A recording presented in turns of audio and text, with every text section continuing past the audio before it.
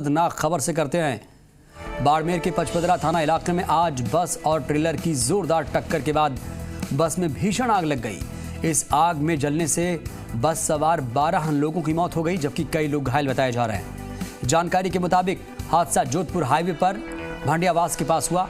हादसे के बाद बस में 2 दर्जन सवारियां मौजूद थीं। स्थानीय लोगों ने हादसे के तुरंत बाद बस में मौजूद सवारियों को बाहर निकालने का काम शुरू किया। घटना की सूचना पर दमकल भी मौके पर पहुंची और आग पर काबू पाया गया। हादसे की सूचना पर मंत्री सुखराम बिश्नोई, विधायक मदन प्रजापत, जिला कलेक्टर लोकबंधु, एसपी दीपक भार्गव भी पहुंचे। हादसे के बाद हाईवे पर लंबा जाम लग गया और रफ्तार का कहर यहां पर देखने को मिला है।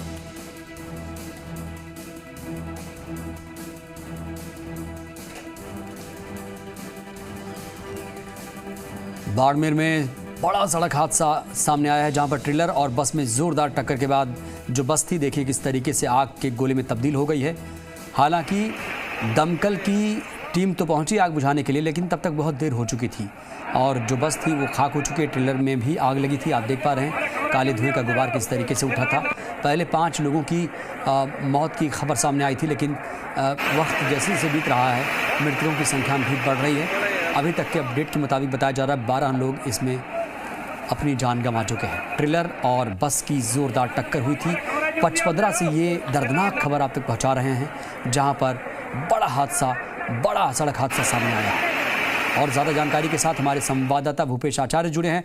भूपेश, बताइए इस वक्त की क्या ताज़ा अपडेट? जी बिल्कुल दिन, जैसा कि हम शुरू से इसको कह रहे थे कि मरने वालों की संख्या बढ़ेगी और वो बढ़ के 12 तक पहुंच चुकी है। इस 12 में सबसे दुखद बात है, एक मासूम बच्चे की भी मौत हो चुकी है। और इस बात की पुष्टि बाड़मेर के जिला प्रशासन, बाड़मेर के एसपी दीपक भार्गव कर चुके हैं कि 12 लोगों की मौत हो चुकी है। और अब इनके पास सबसे बड़ा जो चैलेंज है वो ये है कि क्योंकि शवों की शिनाख्त करना अपने आप में बहुत बड़ा टास्क होगा, क्योंकि ये एक प्राइवेट बस थी, इसमें किसी भी तरीके का, वैसे कोई आमतौर पर अपन देखते हैं कि किसी तरीके का कोई रिकॉर्ड नहीं रहता है, सारी चीजें उस हिसाब से वो रिकॉर्ड नहीं होता था। किसकी बात हुई है, क्या हुआ है, इन तमाम चीजों की जानकारी के लिए प्रशासन को बहुत जद्दोजहद करनी पड़ेगी।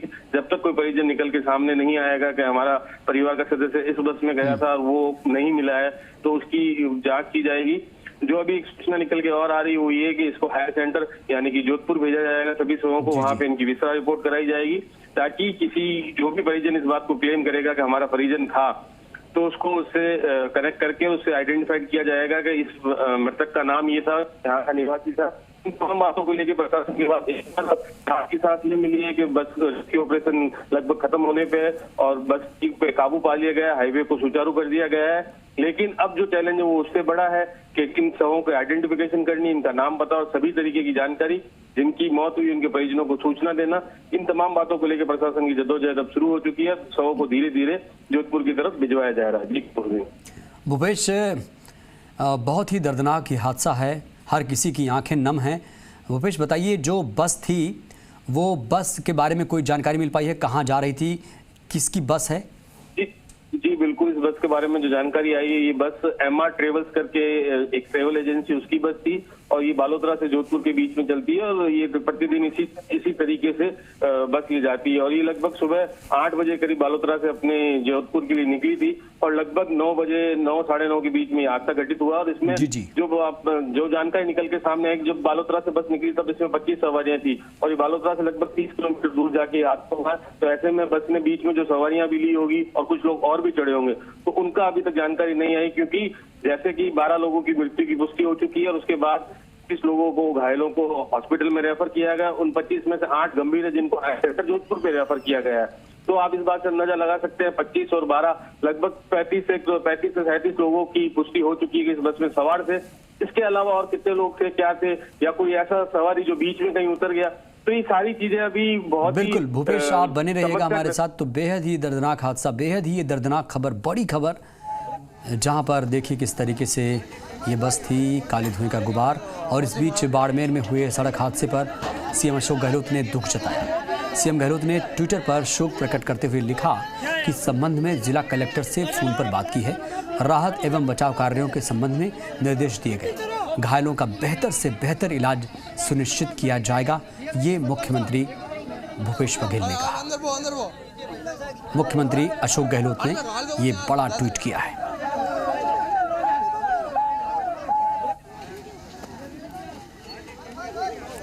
और हमारे संवाददाता ज़्यादा जानकारी के साथ अरुण हर्ष भी जुड़े हुए हैं। अरुण, लगातार मुख्यमंत्री अशोक गहलोत की तरफ से भी संवेदनाएं प्रकट की जा रही हैं, और बताइए जो घायल हैं जिनको जोधपुर में इलाज किया जा रहा है, बताइए उनकी स्थिति कैसी है, डॉक्टर क्या कह रहे हैं? बिल्कुल कमरुद्दीन, मैं बता दूं इस वक्त हम जोधपुर के मथुरादास माथुर अस्पताल में खड़े हैं, जहां पर अभी एक एम्बुलेंस बालोतरा से आई जिसमें से 2 मरीजों को लाया गया और इमरजेंसी में उनका इलाज चल रहा है ट्रोमा सेंटर में, जहां डॉक्टर विकास राजप्रीत और जो अस्पताल सुपरिटेंडेंट है MK आसिरी, उनकी देखरेख में ये इलाज चल रहा है। लेकिन कह सकते हैं जिस तरह से दर्दनाक हादसा हुआ, बड़ा ही भयभीत और जो डरावना हादसा, जिस तरह से आग लगी और जिस तरह से विजुअल सामने आए, वो बताते हैं कि कितनी बड़ी दुर्घटना हुई और 12 लोगों की मौत होना वाकई चिंता का विषय है। और साथ ही साथ प्रशासन पर भी कई सवाल खड़े होते हैं कि जिस तरह से ये हाईवे पे गाड़ियाँ चलती हैं, उनको लगाम लगाने, अंकुश लगाने के लिए प्रशासन कभी भी कार्रवाई नहीं करता, और यही कारण है आए दिन हादसे देखने को मिलते हैं। अगर बात करें कल जोधपुर की, जिस तरह से ऑडी ने कई लोगों को कुचला था, करीब 9 लोग घायल हुए थे, और बात करें आज के हादसे की तो जिस तरह से 12 लोगों की मौत हुई है, तो कई सवाल प्रशासन पे खड़े होते हैं। स्पीड गवर्नर लगाने की जो बात कागजों में कही जाती, वो स्पीड गवर्नर किसी गाड़ी में लगाए हुए नजर नहीं आते।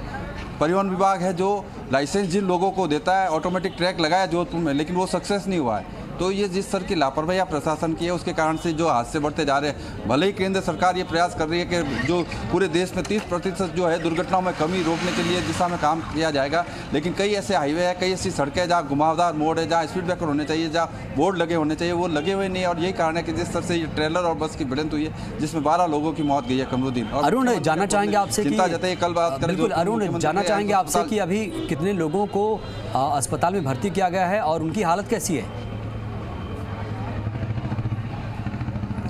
अब बात की जाए कमरुद्दीन, अगर बात जोधपुर जो है पहली एम्बुलेंस आई जिसमें अभी 2 लोगों को रेफर किया गया, लेकिन जो हमारे सहयोगी भूपेश बता रहे थे जिस तरह से 12 लोगों की मौत की पुष्टि हुई है, उनके शव का पोस्टमार्टम करवाने के लिए जोधपुर लाना, हायर सेंटर लाना बहुत आवश्यक है, क्योंकि जब तक उनके परिजन नहीं आएंगे आइडेंटिफाई करना मुश्किल होगा। बॉडियाँ सारी जल चुकी है और जलने के बाद में उसकी पहचान करना सबसे बड़ा मुश्किल काम है। ये प्रशासन के लिए भी चुनौती है, और परिवार वाले जब आएंगे, जब उनको पता चलेगा किन का परिवार का कौन सा सदस्य है, तो कह सकते हैं ये बड़ी जो बात है, ये एक्सीडेंट के बाद देखने का आ रही प्रशासन की मुश्किलें बढ़ी है। हालांकि जो 3 एम्बुलेंस रवाना होने की बात की जा रही थी, लेकिन अभी एक एम्बुलेंस पहुंची है। हालांकि ग्रीन कॉरिडोर बनाया हुआ है, प्रशासन पुलिस लगा हुआ है, लेकिन उस सब के बावजूद भी अभी एम्बुलेंस पहुंच नहीं पाई है कमरुद्दीन। और सबसे बड़ी चिंता यही है कि समय रहते अगर हायर सेंटर पहुँच जाते हैं तो जो लोग घायल है उनका इलाज समय पर हो सकेगा। मुख्यमंत्री ने खुद निर्देश दिया, और सबसे बड़ी बात यह है कि 2 बजने का ड्यूटी ऑफ हो जाती है डॉक्टर्स की, लेकिन ट्रॉमा इंचार्ज विकास राजप्रीत, MK आसरी जो सुप्रिटेंडेंट है, वो खुद यहाँ बैठ के मॉनिटरिंग कर रहे हैं। और लगातार जो मेडिकल कॉलेज के प्रिंसिपल, सबसे पहले जब जी न्यूज़ ने एक खबर दिखाई थी, उस समय प्रिंसिपल मेडिकल कॉलेज ने यह कहा था कि हमने पूरी व्यवस्था कर रखी, और वही व्यवस्था यहाँ देखने को मिल रही है कमरुद्दीन। बिल्कुल अरुण, आप बने रहिएगा। भूपेश भी लगातार जुड़े हैं बाड़मेर से। भूपेश, अरुण बता रहे हैं कि दिक्कत आई, घायलों को अस्पताल ले जाने में थोड़ी दिक्कत आई और देरी हुई, इसीलिए भी कहीं ना कहीं उन लोगों की जान गई जो बच सकते थे।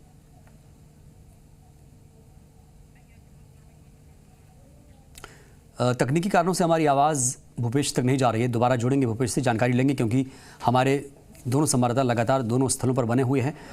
रुख करेंगे अरुण का। अरुण, बिल्कुल जो स्थिति बनी हुई है, और कहा जा रहा है कि जो शवों की शिनाख्त है वो चुनौतीपूर्ण है, कैसे होगी शवों की शिनाख्त, और क्या किसी तरीके से कोई संपर्क कर रहा है? बिल्कुल, बात कमरुद्दीन में जिस तरह से बात करनी है, शिनाख्त की जो बात की जा रही है, शिनाख्त के लिए जो आसपास के लोग थे वो लोग बाड़मेर और बालोतरा अस्पताल, नाटा अस्पताल पहुंचे थे, लेकिन उसके बावजूद भी कई लोग ऐसे हैं जिनकी अभी पहचान नहीं हो पाई है। प्रशासन पूरी तरह से सुनिश्चित करेगा कि किस तरह से जो लोगों की दुर्घटना में मौत हुई है वो वाकई उनके परिजन है या नहीं है। यहाँ तक कि अगर ज़रूरत पड़ेगी तो उनके ब्लड सैंपल और DNA मिनाल तक भी करने की कोशिश की जाएगी। लेकिन सबसे बड़ी चुनौती ये है कि जब यहाँ सब लाए जाएंगे और उनका यहाँ हायर सेंटर पर जब PM होगा, उसके बाद सारी स्थितियाँ क्लियर होगी। लेकिन कह सकते हैं मथुरादास माथुर अस्पताल की ये मोर्ची है जहाँ आप देखिए प्रशासन पूरा अलर्ट है, पुलिस, होमगार्ड के जवान, तमाम वो लोग हैं, केयर टेकर है जो स्ट्रेचर लेकर बैठे हैं, जैसे ही आए तुरंत लेकर उनको वार्ड में लेकर जाया जाए। तो कह सकते हैं प्रशासन मुस्तैद है, लेकिन जो जिस तरह से हादसे जो हुए हैं, हादसे ये कई सवाल खड़े करता है। कमरुद्दीन, सबसे बड़ी बात यही है कि प्रशासन अगर अलर्ट रहता है, पिछले हादसों से सबक ले लेता है, तो इस तरह के हादसे नहीं देखने को मिलते। पिछले दिनों भी इसी बाड़मेर हाईवे पर ट्रोला जलकर खाक हुआ था। तो कह सकते हैं कि इस हाईवे पे जो रिफाइनरी होने के कारण से बड़े वाहन यहाँ आते हैं, सब कुछ बात सही है। पैसेंजर्स यहाँ से आते हैं, यहाँ से बात करें जोधपुर से लेके बालोतरा होते हुए गुजरात तक, महाराष्ट्र तक बसें जाती है। और ये MR ट्रेवल जिसका नाम आ रहा है, उनकी भी कई बसें चलती है। बसों के बीच में आए दिन झगड़े देखने को मिलते हैं। पिछले दिनों करीब बड़ा सवाल है अरुण, बिल्कुल बहुत ही जायज़ सवाल आपने खड़ा किया है। जानना चाहेंगे जो ये भिड़ंत हुई थी बस और ट्रेलर में, प्रथम दृष्टया अगर देखा जाए तो किसकी लापरवाही सामने आ रही है? तफ्तीश किस दिशा में आगे बढ़ रही है? बिल्कुल बिल्कुल कमरुद्दीन, अभी तो इस मामले में कहना बहुत जल्दबाजी होगी कि किसकी गलती है, लेकिन कह सकते हैं जिस तरह से हाईवे पे ये वाहन चलते, बड़े वाहनों की स्पीड लिमिट को लेकर कोई भी रोक नहीं है, जिसकी जो मर्जी आती है। और जिस तरह से अभी नया हाईवे बना हुआ है, बाड़मेर हाईवे, हालांकि लंबे समय से बन गया था, लेकिन अभी रोड का काम होने के कारण से हाईवे बहुत स्पीड पे ये ट्रेलर हो चाहे ट्रक हो, ये बस हो, इस तरह से लापरवाही पूर्वक चलाते हैं। नंबर के चक्कर में कमरुद्दीन मैं बात स्पष्ट कर दूं कि बसें जो चलती है उनका टाइमिंग होता है, नंबर होते हैं कि वो कौन सी बस कितने बजे निकलेगी। उस टाइम को पूरा करने के चक्कर में कई बार बसें ओवरटेक करती है। और पिछले दिनों हमने दिखाया था जोधपुर जैसलमेर मार्ग पर जिस तरह से मिनी बस में जो आगे बढ़ने की होड़ के चक्कर में कई लोगों की मौत हुई थी। तो ये इस तरह के हादसे के बाद भी प्रशासन सबक नहीं लेता है, ड्राइविंग करने वाले लोग सबक नहीं लेते हैं कि अगर थोड़ी सी लापरवाही की तो हमारी बस में बैठने वाले कितने लोगों की जान खतरे में, यहाँ तक कि जो गाड़ी चलाते हैं उनकी खुद की जान खतरे में।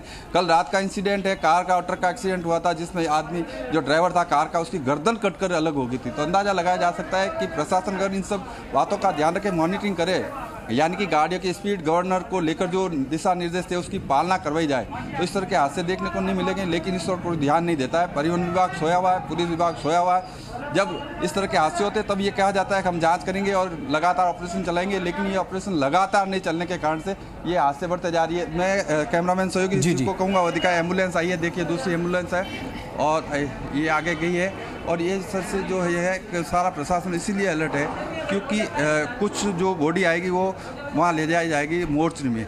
तो कह सकते हैं अस्पताल में सारा प्रशासन मुस्तैद है और लोग हैं जो या काम करने वाले लोग इसी इंतजार में कि जैसे ही बालोतरा बाड़मेर से जो आ रही है बसें, एम्बुलेंस, उन पर जो घायल और जो इंजर्ड हुए हैं उनका पहला प्राथमिकता से इलाज किया जाए और साथ ही साथ जो डेड बॉडीज है उनको मोर्चे में रखाकर उनका PM के लिए उनके परिजन आए, तब उनका PM का कार्यक्रम जो है वो भी शुरू किया जाएगा। अरुण, जानना चाहूँगा आपसे, सरकार की तरफ से, प्रशासन की तरफ से कोई आर्थिक तौर से कोई ऐलान किया गया है मुआवजे के तौर पर या कोई ऐसी आर्थिक राहत?